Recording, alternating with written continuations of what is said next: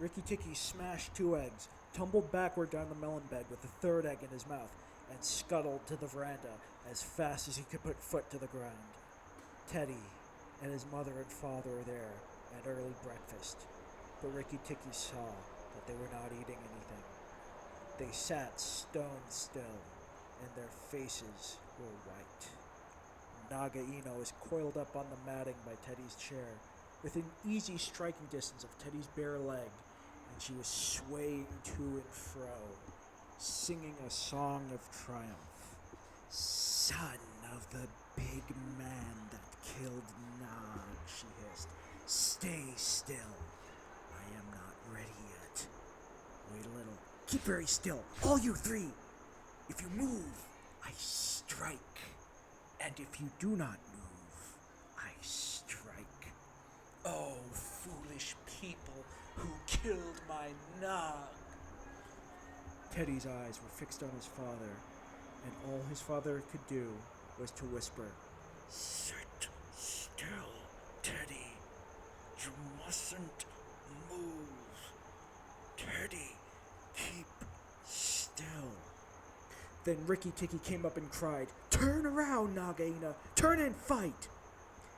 All in good time, she said without moving her eyes. I will settle my account with you presently. Look at your friends, Rikki Tikki. They are still and white. They are afraid. They dare not move, and if you come a step nearer, I strike. Look at your eggs, said Rikki Tikki, in the melon bed near the wall. Go and look, Naga Ino. The big snake turned half around and saw the egg on the veranda.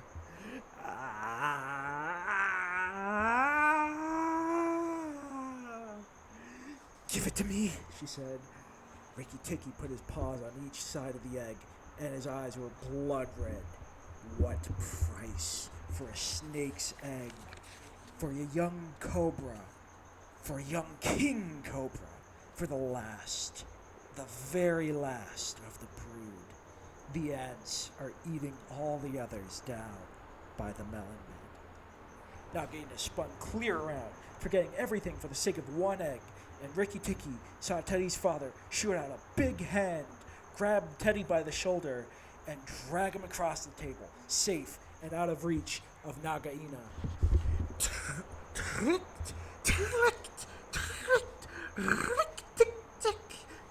Chuckled Rikki Tikki. The boy is safe, and it was I, that caught Nog by the hood last night in the bathroom.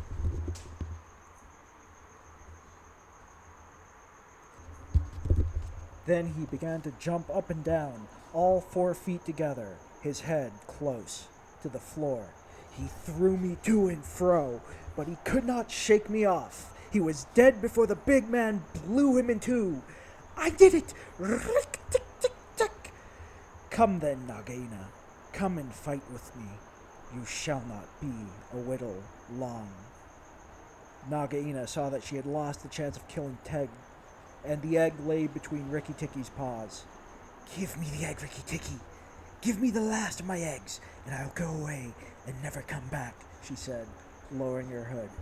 Yes, you will go away, and you will never come back, for you shall go to the rubbish heap with Nog.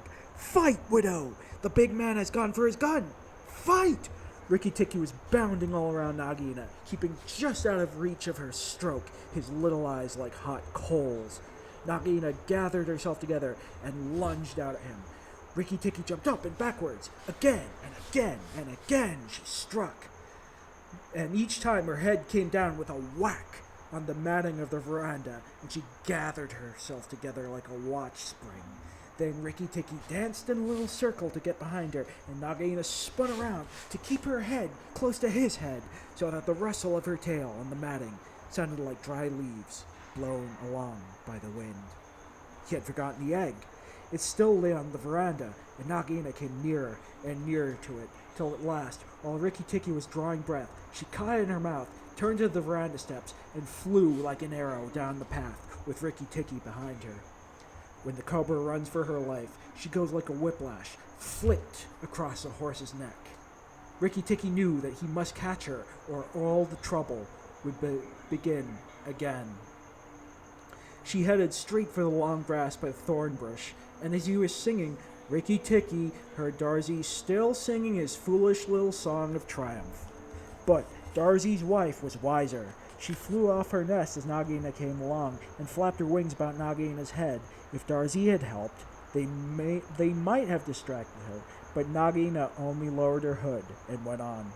Still, the instant's delay brought Rikki Tikki up to her. As she plunged into the rat hole where she and Nog used to live, her little white teeth were clenched on her tail, and he went down with her. Very few mongooses, however wise and old they may be, care to follow Cobra into its hole. It was dark in the hole, and Rikki Tikki never knew when it might open out and give Nagaina room to turn and strike at him. He held on savagely and stuck out his feet to act as brakes on the dark slope of the hot, moist earth. Then the grass by the mouth of the hole stopped waving, and Darzee said, "It is all over for Rikki Tikki.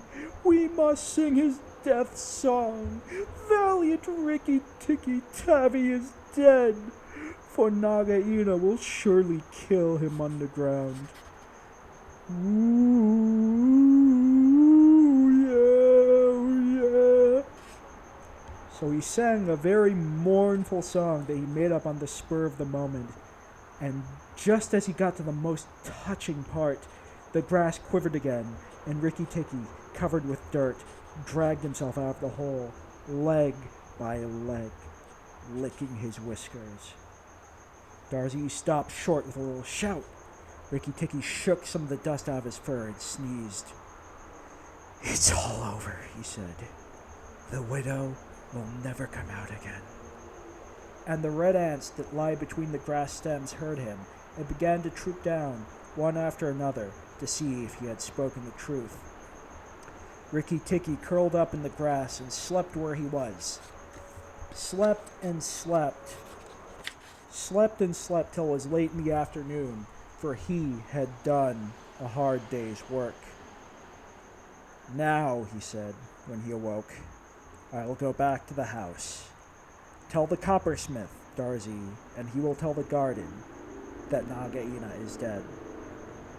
The coppersmith is a bird who makes a noise exactly like the beating of a hammer on a copper pot. The reason he's always making it is that he is the town crier to every garden and tells the news to everybody who cares to listen.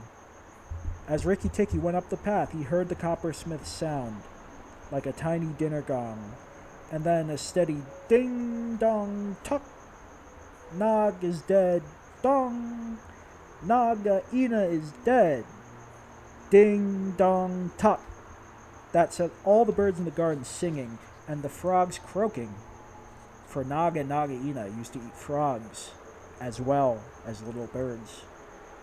When Rikki got to the house, Teddy and Teddy's mother and father came out and almost cried with joy over him. And that night he ate all that was given to him till he could eat no more, and went to bed on Teddy's shoulder, where Teddy's mother saw him when she came in late that night. "He saved our lives and Teddy's life," she said to her. "Just think, he saved all our lives." Rikki Tikki woke up with a jump, for mongooses are light sleepers. "Oh, it's you," he said. "What are you worrying about? All the cobras are dead. And if they weren't, I'm here." Rikki Tikki had a right to be proud of himself, but he did not grow too proud, and he kept the garden as a mongoose should keep it, with tooth and jump and spring and bite, so a cobra never dared to show its head inside the walls.